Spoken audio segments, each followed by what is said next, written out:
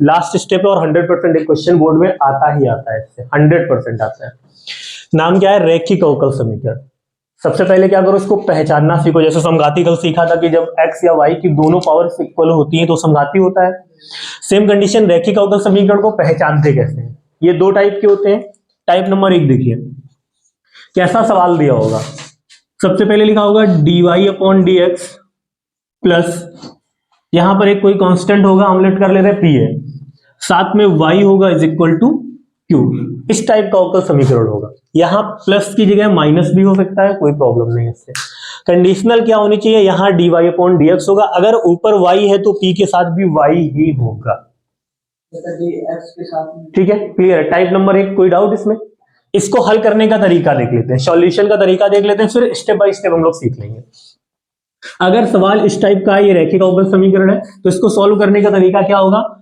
जो p के साथ होगा, अगर p के साथ y है तो y लिखेंगे, यदि p के साथ x है तो क्या लिखेंगे? x लिखेंगे। y था तो y लिख लिया, इनटू if। if क्या होता है अभी हम सीखेंगे if के बारे में। इज इक्वल टू इंटीग्रेशन, किसका इंटीग्रेशन? q इंटू if, साथ में अगर यहां y होगा तो यहां dx आएगा, और यदि यहां x होगा तो यहां पर dy आएगा। ये आपका तरीका होता है रैखिक अवकल समीकरण को हल करने का। टाइप नंबर 1 की बात की है, कोई दिक्कत इसमें? देखो जरा, टाइप नंबर अगर 2 है, यहां पर क्या था? dy/dx। टाइप नंबर 2 क्या हो जाएगा आपका? dx/dy। तो इसके साथ क्या होगा? x होगा, क्योंकि ऊपर x है तो नीचे ऊपर भी x ही आएगा, और इक्वल में आपका क्या होता है? q। इसको हल करने का तरीका बताइए। x into if is equal to integration q into if, साथ में, और साथ में हमें पता है कि हमें एक कांस्टेंट ऐड करना पड़ता है जिसे हम लोग c बोलते हैं। ठीक है, ये हल करने के दोनों के तरीके होते हैं। अब सब कुछ तो ठीक है, y हमें सवाल में दिया होता है, q हमें सवाल में दिया होता है, भाई q चाहिए, y चाहिए, और तीसरी चीज चाहिए होती है if हमें कहीं नहीं दिया हुआ।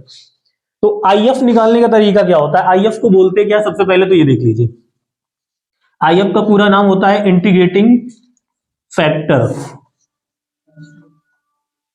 इसका पूरा नाम होता है इंटीग्रेटिंग फैक्टर, समाकलन गुणक बोलते हैं इसको, या समाकलन गुणांक कह सकते हो आप। निकालने का तरीका क्या होता है if को?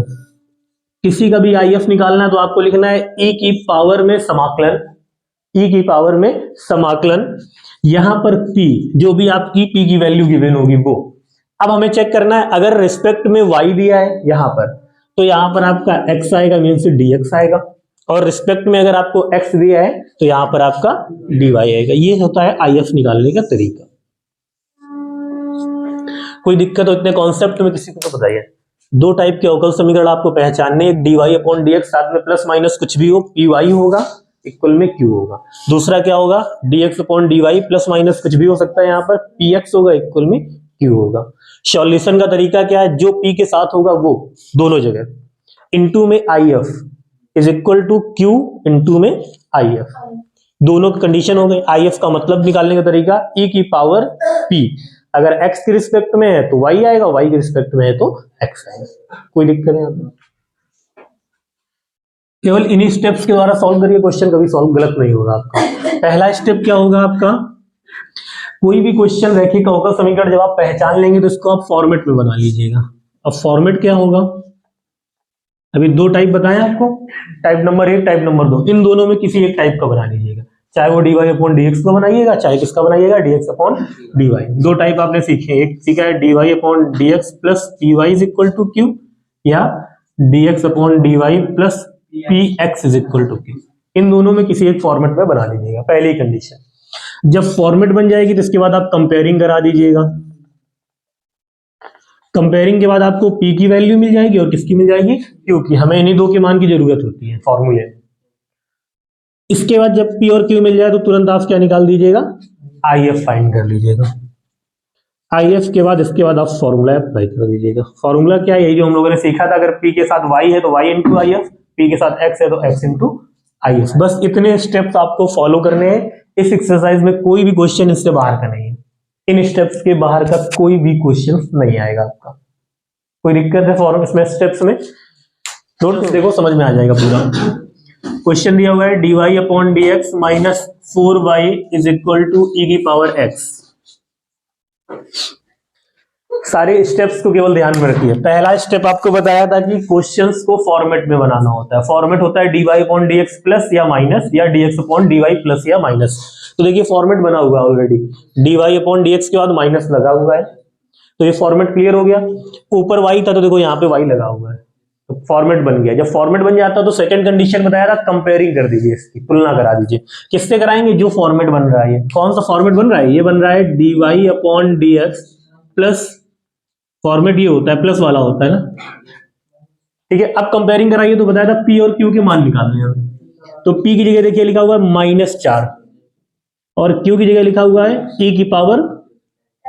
जैसे ही p और q निकलता है तुरंत बताया गया था कि आप if निकाल लीजिए। if निकालने के लिए बताया था e की पावर इंटीग्रेशन p, और अगर यहाँ y है तो यहाँ x आएगा, अगर यहाँ x है तो यहाँ पर y आएगा। निकालें जरा। e की पावर इंटीग्रेशन p की जगह रखना है -4, साथ में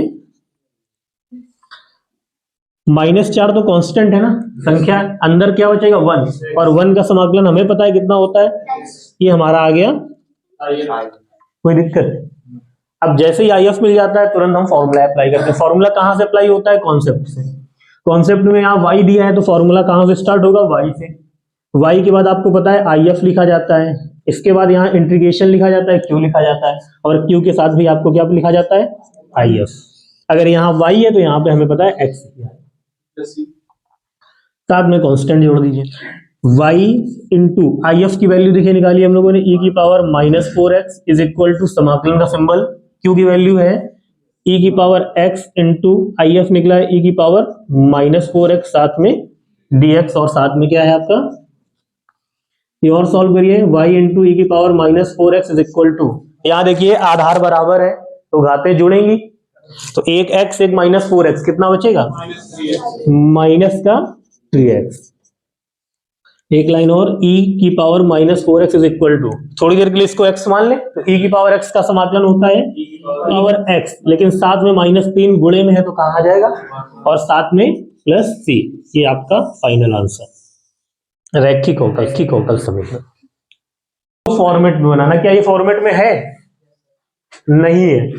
फॉर्मेट बताया था dy अपॉन dx के आगे पीछे कुछ नहीं होना चाहिए। यहाँ dy अपॉन dx के आगे दिया हुआ है तो सबसे पहली कंडीशन इस x को हटाना है, तो जिसको हटाना उसी से भाग दे दिया करो, सबसे आसान तरीका। वैसे हम कॉमन भी ले सकते हैं, कोई दिक्कत नहीं है, लेकिन आसान तरीका क्या है? जिस चीज को हटाना है पूरे इक्वेशन में उसी से डिवाइड कर दो। x को हटाना है तो x से पूरे इक्वेशन में डिवाइड कर दीजिए, ठीक है इतना? ये देखिए यहाँ से x कट गया, आपके पास क्या बचा यहाँ? dy अपॉन dx प्लस इसको हम 2 अपॉन x, साथ में y अलग अलग कर दें। ऐसा क्यों किया? क्योंकि ऊपर y था तो y अलग होना चाहिए था। फॉर्मेट हमारा यहाँ एक x कट गया, केवल क्या बचा? फॉर्मेट क्लियर हुआ। कंपेयरिंग करेंगे, किससे करेंगे? dy upon dx plus py is equal to, बताइए p का मान और q। जैसे p मिलता है q मिलता है तुरंत हमें क्या निकालना होता है? IF। निकालने का तरीका e की पावर में इंटीग्रेशन p, साथ में e की पावर इंटीग्रेशन p का मान आपने रखा 2/x, साथ में dx। कोई दिक्कत नहीं ना? ये देखिए दो कांस्टेंट है आपका, तो समाकलन के अंदर बचेगा 1 अपॉन x, ठीक है ना? बताइए 1 अपॉन x का समाकलन क्या होता है? ये आ गया इंटीग्रेशन 2 इंटू में log x। कोई दिक्कत? बेसिक कॉन्सेप्ट जो हम लोग क्लास 9 वगैरह में सीखे हैं कि log के आगे जो लिखा होता है वो हमेशा पावर में चला जाता है, क्योंकि log m की power n is equal to n log m होता है।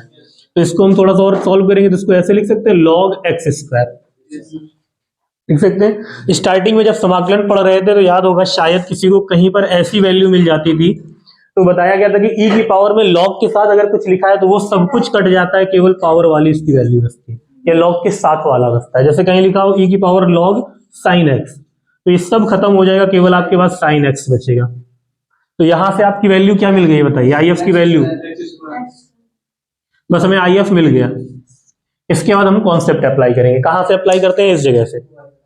कहां से अप्लाई करोगे? y के सापेक्ष है तो y इंटू आई एफ की वैल्यू रख दी एक्स स्क्वायर, इंटीग्रेशन q की वैल्यू रख दी x, इंटू में एक्स स्क्वायर, साथ में dx प्लस c। ये ऐसे रहेगा y इंटू एक्स स्क्वायर, ये कितना बन गया? x की पावर 3 का समाकलन आपको पता होगा, बताइए। ये बन गया y इंटू एक्स स्क्वायर, ये हो गया x की पावर 4/4 प्लस c। ये आपका फाइनल आंसर पता है। देखिए लिखा y dx minus x plus 2y square dy is equal to 0। सबसे पहले फॉर्मेट में ये माइनस का इधर ले गए, पूरा प्लस बन जाएगा आपका। y dx is equal to x plus 2y square dy।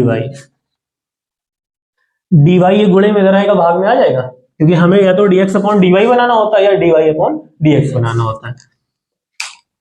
तो कुछ ऐसा बनेगा dx upon dy is equal to x plus 2y square upon y। ये गुणे में, इसको भी उधर भेज दिया भाई भाग में। यहां अलग अलग डिवाइड कर लीजिए। dx upon dy is equal to कुछ ऐसा बनेगा x upon y plus 2y square upon y। एक y से y कट जाएगा। अब हम फॉर्मेट की तरफ चलते हैं। हमारा कौन सा फॉर्मेट बनेगा? ये dx अपॉन dy बनेगा या dy अपॉन dx बनेगा? dx upon dy। तो एक चीज हमें मिल गई, यहाँ पे तो dx अपॉन dy आएगा, यहाँ प्लस या माइनस आएगा, ये हम जानते हैं, या तो प्लस आएगा या तो माइनस। तो अब बताओ इन दोनों में से किसको इधर लाएं? क्योंकि एक तरफ py होता है, एक तरफ q होता है। इसको लाएंगे, ये गलत है लाना, क्योंकि ऊपर x है तो x का फॉर्मेट यहाँ होना चाहिए हमारे पास। तो ये प्लस का था, इधर लाएंगे तो बेटा ये हो जाएगा माइनस का x upon y is equal to. अब कंपेयरिंग करिए, ये कौन सा फॉर्मेट मिल गया हमें? dx upon dy plus px। ठीक है, कंपेयरिंग करिए। p का मान बताइए, माइनस का 1 अपॉन, और क्यों बताइए?